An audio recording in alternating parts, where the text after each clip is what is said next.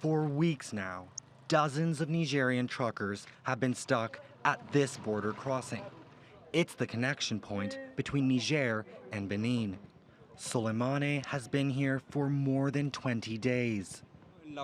We don't know whether it is because of ECOWAS that we are here or because of Niger's coup d'etat problem. Nobody came to ask about our health. We don't know whether we have been taken hostage or what. Soleimani is not alone. Along the muddy shores of the Niger River that marks the frontier, a queue of trucks is stranded, waiting to deliver food, humanitarian aid, and industrial materials into Niger. The standstill is one of the first signs of the sanctions by the West African bloc of nations ECOWAS, imposed after the July 26 coup that ousted President Mohamed Bazoum. The Malanville border crossing is one of the busiest in West Africa and is the center of cross-border trade for Niger and its neighbors. The situation must not be allowed to drag on for so long as to damage the countries directly affected by this. Benin is a transit country by nature. This will weigh on our economy, and that is really detrimental to Benin. Niger has one of the highest rates of child mortality and is one of the poorest countries in the world. In border areas like Malanville, the movement of people and goods is crucial to livelihoods. Today we've been here for 3 weeks like this. Now we are here. We are threatened by the rain. There are thieves. Even eating is difficult. Our money's gone. You should see what we've eaten today. ECOWAS and Niger's junta remain at odds. The bloc is threatening to send in military forces to restore constitutional order if diplomacy fails.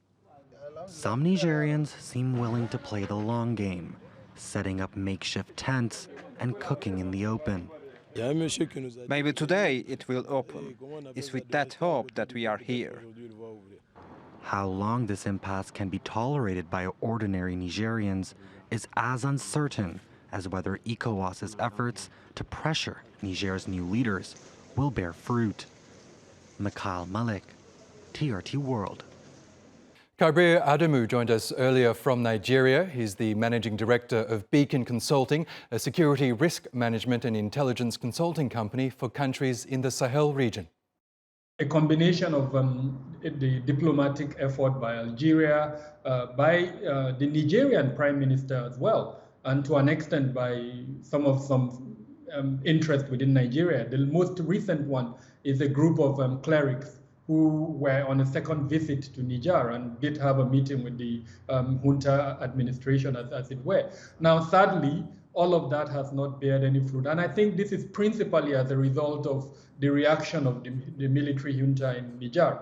Every time there is this effort at diplomatic solution, they come out with a statement that suggests that they are not interested in a diplomatic solution. So the most recent one has been this decision to try the deposed president himself.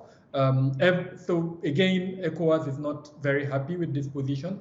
They speak to the fact that they are interested in a diplomatic solution, but then take action that is contrary to that speech. So sadly, we've not made any progress in that regard. They are still trying to establish a government, and without any indication. Of course, you recall they are saying that they would lead a 3-year transition period. ECOWAS has rejected that, and that's where we are at the moment. We've already seen meetings between the two sides. First off, with both Burkina Faso, Guinea, and Mali expressing solidarity with the Nigerian junta regarding their current circumstances.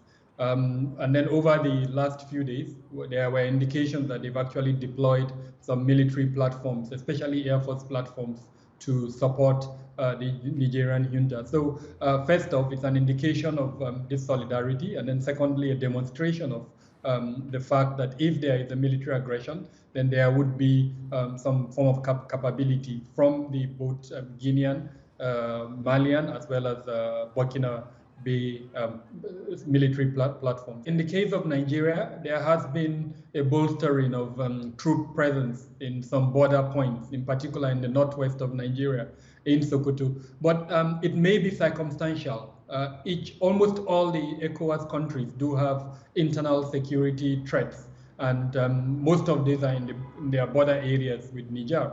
So troop movement may be as a result of those internal security challenges, or as a result of preparations to a military intervention in Niger. In the case of Nigeria, there was a leaked memo about 2 weeks back suggesting such a preparation. But again, like I said, it may be circumstantial.